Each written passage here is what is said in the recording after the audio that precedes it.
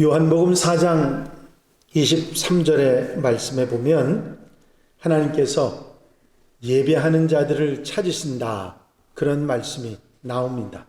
특별히 하나님께서 찾으시는 예배자들은 영과 진리로 예배하는 자들을 찾으신다, 그렇게 말씀하고 계십니다. 오늘 본문 말씀 가운데 보면 제사를 드리라, 내 이름으로 기념하게 하는 모든 곳에서 내게 임하여 복을 주리라 하는 말씀이 나옵니다. 이것은 하나님의 약속으로 네가 예배를 드리는 그곳에 내가 임하여서 내게 복을 주리라, 그런 말씀을 하신 것입니다. 그렇습니다. 하나님 말씀을 우리에게 아주 귀한 약속을 주셨는데, 우리가 예배하는 그곳에 하나님이 임재하시고 그리고 복을 주신다고 하는 그런 말씀이지요. 그렇기 때문에 예배는 모든 하나님의 백성들에게는 당연한 것이고, 모든 어떤 것보다도 우선하는 것이 바로 예배이고, 그 예배가 복이 되기 때문에 저와 여러분들이 지금 이 자리에 함께 하고 있는 것입니다. 그럼에도 불구하고 일부 성도들은 예배를 정말 영으로 진리로 신령과 진정으로 예배하기보다는 의무나 형식으로 지루해하면서 예배를 드리는 그런 일들이 많이 있었습니다. 코로나19가 우리에게 준 아주 중요한 교훈 중에 하나는 예배의 소중함이었습니다. 예배를 소중하게 생각하지 않거나 가볍게 생각하거나 의무나 형식으로 생각했던 사람들은 지금 예배의 자리에 있지 않습니다. 그들은 기회는 이때다 그리고 핑계를 삼어 언제든지 예배를 소홀히 하는 그런 자의 자리에 들어가 있는 것이죠. 예배하는 하나님의 사람들이 그 예배의 자리에 하나님의 임재하실 뿐만 아니라 우리에게 복을 주신다는 분명한 하나님의 약속을 믿는다면 절대로 예배를 소홀히 할 수 없는 것입니다. 여러분, 우리가 예배가 어떤 것인지 바로 알고 바로 드리는 것이 무엇보다 중요합니다. 왜냐하면 그 예배가 우리에게 하나님이 주신 복이기 때문입니다. 여러분, 예배가 복이신 줄로 믿으십니까? 그 이유를 여러분들에게 몇 가지 오늘 말씀을 드리려고 합니다. 왜, 무엇 때문에 예배가 복이 되는가? 가장 중요한 일은 우리가 드리는 이 예배에 하나님이 임재하신다고 하는 그 자체가 바로 복일 것입니다.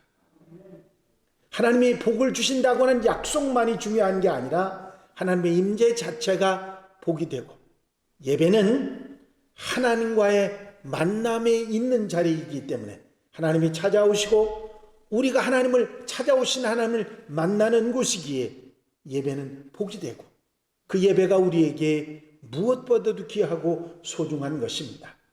말씀드린 대로 요한복음에 하신 말씀 가운데 보면 하나님께서는 예배하는 자들을 찾으신다고 했습니다. 물론 영과 진리로 예배하는 자들을 찾으신다고 했지만 정말 참된 예배를 드리는 그들을 하나님이 찾아오시고 하나님은 만나주시고 그들과 함께 하시고 복을 주시는 분이라는 사실을 우리에게 말씀해주고 계시기 때문에 하나님이 이렇게 하나님의 백성들을 만나시길 원하고 그 만남의 자리가 예배이기 때문에 그 예배는 우리에게 복이 되는 것입니다. 여러분, 예배를 멀리하고 하나님을 떠나는 것은 곧 그게 복으로부터 멀어지는 것입니다. 어떻게 생각하면 그것이 자유스러울 것이고 좀 더 하나님을 떠나고 예배를 떠나서 좀 편해지리라고 생각할지 모르지만 결국은 그것이 마음의 불편함과 고통과 불행을 초래하는 일임을 우리는 알아야 됩니다. 왜냐하면 하나님은 행복, 모든 좋은 것의 근원이신데 그 하나님을 떠나는 것은 그 모든 것을 떠나는 것이기 때문입니다. 여러분, 아담의 불행이 뭔지 아십니까? 범죄해서 하나님을 떠난 것이 불행의 시작이었습니다. 여러분, 우리가 예배를 소홀히 하고 예배를 가까이 하지 않음으로 인해서 하나님을 떠나게 되면 그것이 곧 불행의 시작이 된다는 것을 우리는 알고, 어떤 상황, 어떤 경우에라도 하나님을 만나 하나님과 함께 살기 위해서 하나님을 찾아올 때 그게 복이 되는 줄로 믿습니다. 하나님께서는 모든 것을 회복시키실 뿐만 아니라 모든 것을 되살리는 능력이 있는 그런 하나님이십니다. 왜? 우리 하나님은 생명이시기 때문입니다. 그래서 예배를 통해서 하나님을 만나는 그런 하나님과의 교통 속에서 우리는 놀라운 체험을 하면서 우리는 우리의 삶을 살아갈 수 있기에 그것이 우리에게 복이 되는 것입니다. 여러분들이 예배를 통해서 드리는 기도와 여러분들이 예배를 통해서 드리는 찬양과 말씀을 듣는 말씀 가운데, 여러분들이 드리는 정성 가운데 여러분들은 하나님과의 교감과 체험을 할 수가 있는 것입니다. 때로는 말씀을 들으며 영적인 치유를 경험하기도 하고, 어떤 분들은 말씀을 듣고 예배를 드리면서 육체적인 치유를 받는 사람도 있습니다. 정신적인 치유를 받는 사람들도 있습니다. 실망에 빠지고 낙심에 빠진 사람들이 용기와 소망을 얻기도 합니다. 이 땅에서 살아갈 힘과 능력을 바로 예배를 통해서 받기 때문에, 그리고 하나님을 만나 그 모든 것을 얻을 수 있기 때문에 예배는 우리에게 복이 되는 줄로 믿습니다. 여러분은 수많은 그리스도인들이 예배를 통해서 하나님과의 만남을 가지고 하나님과의 체험을 가지고 그리고 그 삶을 새롭게 믿음의 삶을 살아가는 수많은 그리스도인이 있었고, 우리도 그 중에 하나임을 우리는 잘 알고 있기에 바로 예배가 복이라는 사실을 깨닫게 되는 것입니다. 여러분, 예배가 복이 되는 줄로 믿으시기 바랍니다. 그렇다고 하면 여러분들이 예배가 복이라는 사실을 믿는다면 절대로 예배를 소홀히 하는 일이 있어서는 안 될 것입니다. 왜냐하면 예배를 소홀히 한다는 것은 바로 그때로부터 우리는 복으로부터 멀어지는 그런 사람들이 되기 때문입니다. 또 한 가지 예배가 복이 되는 이유는 예배를 통해서 우리가 감사를 표현하고 그 감사를 표현하고 감사를 드림으로 인해서 감사의 복을 받기 때문입니다. 여러분, 나는 감사하는 목소리로 주께 제사를 드리며 나의 소원을 주께 갚겠나이다. 구원은 여호와께로서 말미암나이다 하니라. 요나서의 말씀인데 이 말씀의 내용을 우리가 쉽게 아는 말로 정리를 해보면, 나는 감사하면서 하나님께 예배를 드리고 하나님의 구원의 체험을 하며 살아가겠습니다. 그런 이야기입니다. 여러분, 우리가 감사하는 그것이 하나님께 예배하는 것이 되고 하나님을 만나는 것이 되고 하나님의 구원의 능력을 건져주시는 체험을 하는 놀라운 역사가 일어나게 되는 줄로 믿습니다.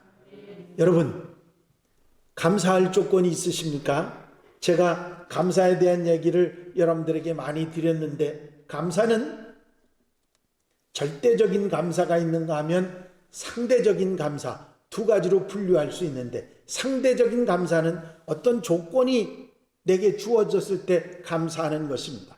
예를 든다면 병이 든 사람이 병이 고침을 받았다, 그러니까 감사합니다. 그건 병 고침을 받은 것 때문에 감사하는 것이죠. 그게 상대적인 감사입니다. 어떤 감사할 조건 때문에 감사하는 거죠.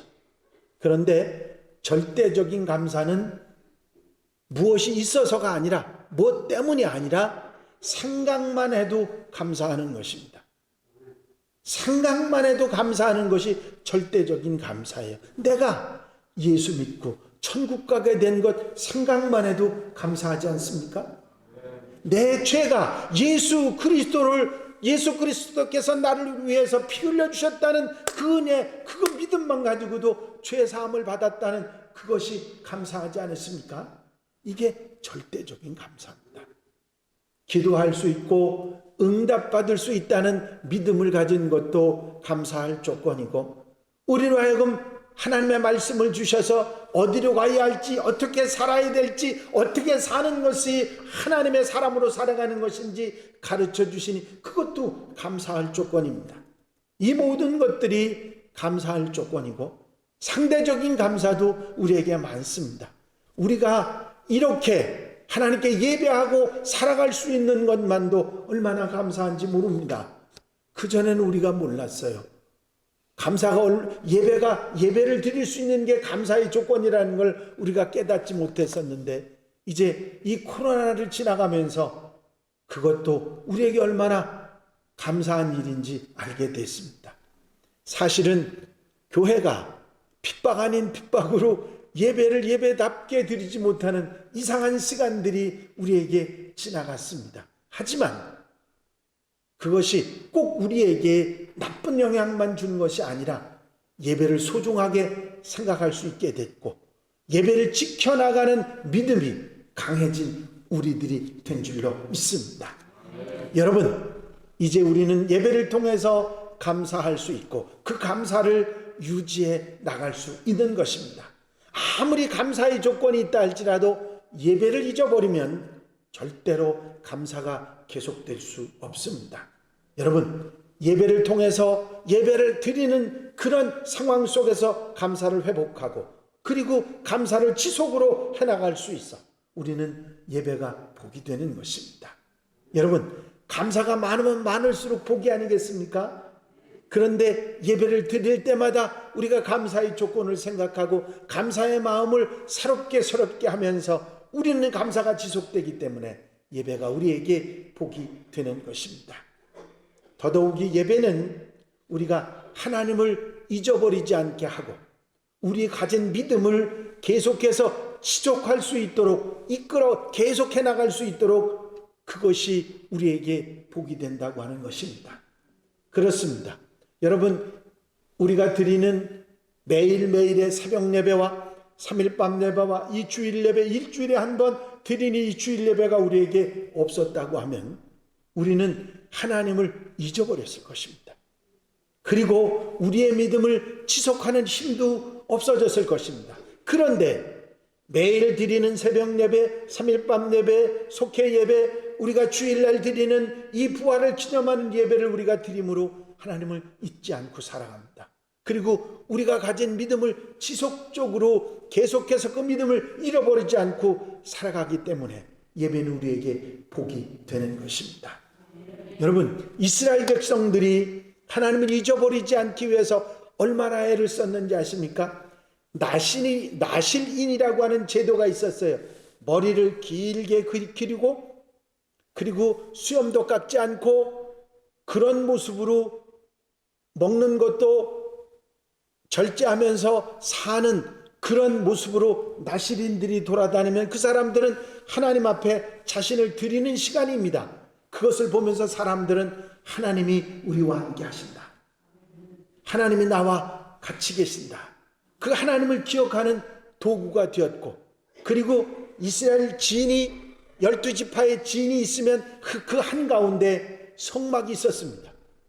그 성막을 바라보면서 아침에 일어나서 자기 장막의 문을 그 성막으로 향하게 하고, 그리고 아침에 일어나서 문을 열고 딱 나오면 성막이 눈앞에 보이면 그 생각을 했습니다. 하나님이 우리와 함께 하신다.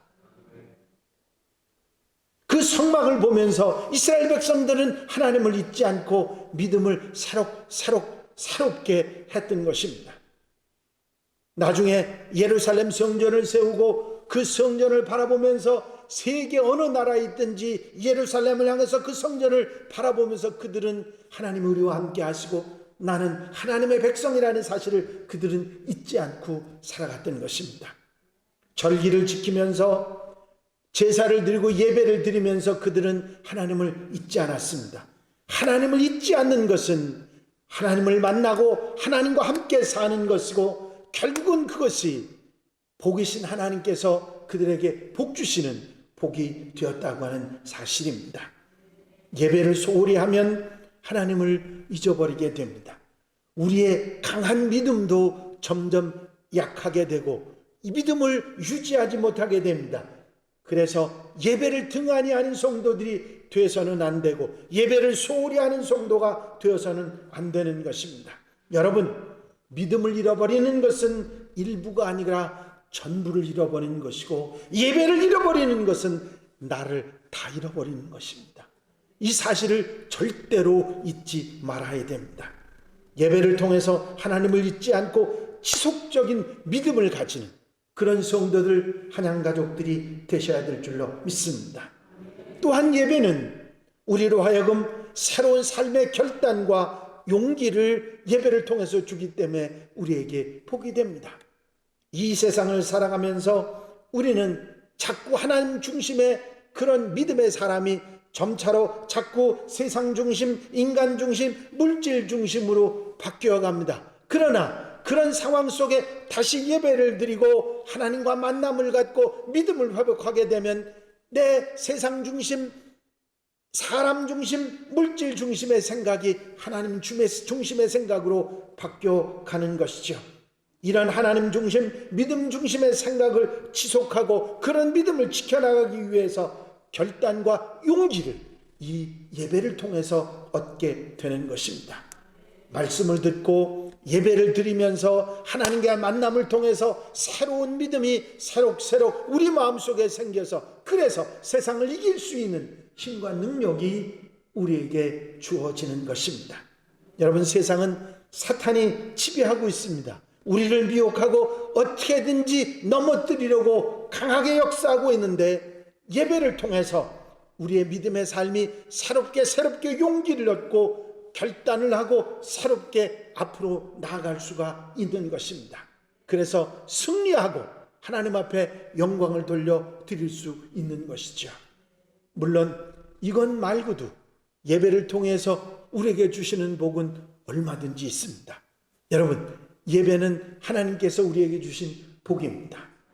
그래서 결단코 예배를 소홀히 하는 성도들이 되어서는 안 되고 예배를 떠나는 것은 일부를 잃어버리는 것이 아니라 전부를 잃어버리는 것이라는 사실을 절대로 잊어서는 안 될 것입니다. 여러분, 예배가 이렇게 소중한데 이런 소중한 예배를 우리가 드리면서도 이 복을 우리가 누리지 못하는 이유가 무엇일까요? 그것은 하나님께서 하나님께 드리는 예배는 영과 진리로 드려야 되는데 이런 참된 예배를 우리가 드리지 못하고 형식적으로 의무적으로 그렇게 예배를 드리기 때문에 그 예배가 내게 의미가 없는 예배가 되는 것입니다. 여러분, 우리의 예배는 영으로 드려야 합니다. 영으로 드린다고 하니까 이상하게 무슨 신령한 세계만 생각하는 분들이 있는데 그런 것이 아닙니다. 영으로 드리는 예배는 영적 예배를 말하는 것으로 오직 눈에 보이지 않는 하나님께 드리는 예배를 말합니다. 다시 말씀드리면 예배의 대상이 오직 하나님이셔야 한다는 말입니다. 여러분, 예배의 대상은 사람이 아닙니다. 우상이나 어떤 건물도 아닙니다. 오직 예배의 대상은 하나님 한 분뿐입니다. 그러므로 예배 시간에 사람에게 마음을 뺏겨서는 안 됩니다. 세상에게 뺏겨서도 안 되고 그 어떤 것에도 마음을 뺏겨서는 안 됩니다. 오직 마음을 하나님께로 향하는 것이 예배의 중심이 되어야 합니다. 설교자에게 마음이 뺏겨서도 안 됩니다. 왜냐하면 설교를 잘하느니 못하느니 목사님이 지난번엔 이런 양복을 입고 이런 넥타이 입었는데 그건 아무 상관이 없어요. 오직 설교자를 통해서 여러분들이 아셔야 될 것은 설교자를 통해서 여러분들 마음속에 들려오는 하나님의 음성 들을 수 있어야 합니다. 그것이 소중한 거죠. 여러분, 하나님 말씀을 들으면서 하나님이 내게 무엇을 지금 말씀하고 계시는가 그 음성을 들을 영안이 열리고 영의 귀가 활짝 열려야 하는 것입니다. 그렇게 되면 그것이 영으로 드리는 예배가 되는 것이고 하나님 중심의 예배가 되는 것이지요. 오직 하나님만 생각하고 오직 하나님만 바라보아야 합니다. 영으로 드리는 예배, 신령한 예배를 우리가 드린다고 하면 우리의 몸을 하나님이 기뻐하시는 거룩한 산 제사로 드려야 된다고 하는 로마서 12장 1절의 말씀을 여러분들은 너무 잘 아실 것입니다. 1700년 전에 사셨던 크리소스톰이라고 하는 분이 이 산제사, 너희 몸을 하나님이 기뻐하시는 거룩한 산제사로 드리라, 산제물로 드리라 하신 이 말씀을 이렇게 해석했습니다. 여러분의 눈으로 하여금 나쁜 것을 쳐다보지 못하게 하십시오. 그러면 그 눈은 산제물이 되는 것입니다. 혀로 하여금 누추한 말이나 다른 사람 향한 악한 말을 못하게 하십시오. 그러면 그 혀가 산제물이 되는 것입니다. 손이 무법한 일을 못하게 하십시오. 그러면 손이 산제물이 되는 것입니다. 그렇지만 그것으로 충분하지 않습니다. 손으로 다른 사람을 도우십시오. 그리고 나를 향해서 비난하고 욕하는 자들을 내 입으로 축복하십시오. 눈은 하나님의 말씀을 읽으십시오. 그리고 머리로는 그 말씀을 묵상하십시오. 그러면 그 삶은 하나님이 기뻐하시는 온전한 제물이 됩니다. 그렇습니다.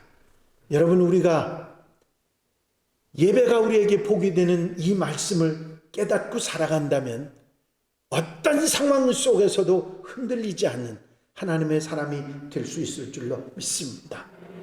영으로 드리는 예배가 우리에게 있어야 하고, 그리고 진리로 드리는 예배가 돼야 합니다.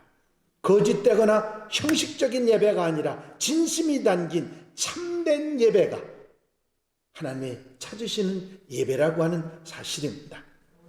19세기에 미국의 헨리워드 피처라고 하는 유명한 목사님이 계셨는데, 그 목사님이 설교를 얼마나 잘하셨든지 예배당이 주일마다 꽉 찰 뿐만 아니라 예배당 뒤에서 순서를 기다리고 있는 사람들이 줄을 서고 있을 정도로 그렇게 인기가 많은 목사님이었습니다.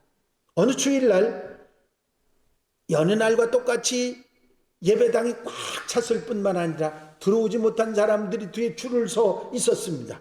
그런데 문제는 비처 목사님이 설교를 하시는 것이 아니라 전혀 생소한 목사님이 강단에 서서 설교를 하기 시작하신 것입니다. 갑자기 사람들이 수군거리기 시작했습니다. 어떤 사람은 자리를 떠나 슬금슬금 밖으로 나가는 사람도 있었습니다.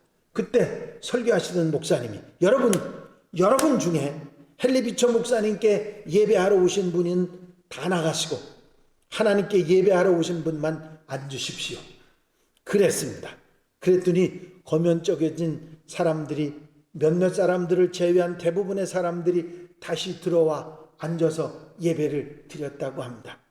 이 사람들은 예배는 오직 하나님께 드린다는 기초적인 사실도 알지 못했습니다. 이들은 예배를 드리러 온 것이 아니라 목사님의 설교만 들으러 왔던 것이죠. 여러분, 예배는 하나님께만 드리는 것이고, 설교는 예배 가운데 하나님의 음성을 듣게 하는 한 부분에 불과한 것입니다. 대표 기도를 해도 하나님께 드리는 기도를 하지 않고 사람들이 들으라고 의식하는 기도를 하는 사람도 있고, 찬양을 해도 하나님께 올려드리는 찬양을 아닌 것이 아니라 자신이 얼마나 잘하는지 보이기 위해서 사람들을 의식하고 드리는 찬양의 사람도 있습니다. 바른 것이 아니지요. 우리는 기도를 해도 하나님께 드리고 찬양을 해도 하나님께 드리는 찬양을 해야 합니다. 진리로 드리는 예배는 참된 예배를 말하는 것입니다. 우리는 예배의 구경꾼이 되거나 예배의 판단자가 되어서는 절대로 안 됩니다. 우리는 예배자가 되어야 합니다. 그것이 얼마나 소중한지 그것을 바로 깨달아야 우리는 하나님이 찾으시는 예배, 복 주시는 예배자가 될 수 있는 것입니다. 이 사실을 잊어버리면 우리는 예배자가 아닙니다. 구경꾼이지. 예배자로서 예배하는 사람이 여러분들이 바로 되신다고 하면 바로 그 자리에 우리 하나님이 임재하시는 것입니다. 예배는 하나님께 드리는 것입니다. 예배하는 곳에 주님이 계십니다. 우리는 신령과 진정으로 예배를 드려야 합니다. 천국은 예배가 있는 곳이고 지옥은 예배가 없는 곳입니다. 여러분, 우리가 마음 놓고 하나님께 예배 드리는 때 언제나 예배에 모일 수 있으면 언제든지 모일 수 있을 그때 우리는 예배를 소중하게 생각하지 않았습니다. 언제나 예배를 드릴 수 있으니까, 누구라도 예배를 드릴 수 있으니까 언제든지 기회가 있을 것이라고 생각했는데, 이 코로나는 우리로 하여금 그렇게 마음대로 너희가 예배 드릴 수 없다고 하는 사실을, 예배를 너무 소홀히 하고 가볍게 여겼다고 하는 사실을 깨닫게 하고 있는 것입니다. 여러분, 북한은 예배가 없어진 지 70년이 넘었습니다. 우리가 마음 놓고 예배를 드리는 것을 너무 가볍게 여겼습니다.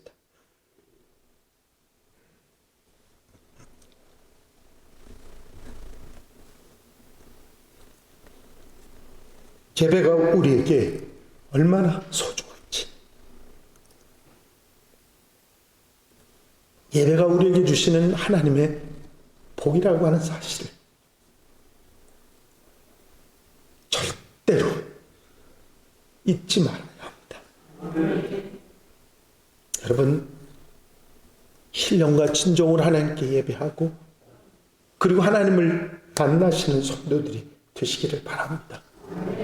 마음으로 감사함을 드리고 새로운 믿음으로 무장하고 신령과 진정으로 드리는 예배를 통해서 새로운 삶의 용기와 결단으로 흔들리지 않는 믿음을 꿋꿋하게 지켜나가는 우리 한양 가족들, 온 성도들이 다 되시기를 주의 이름으로 축원합니다.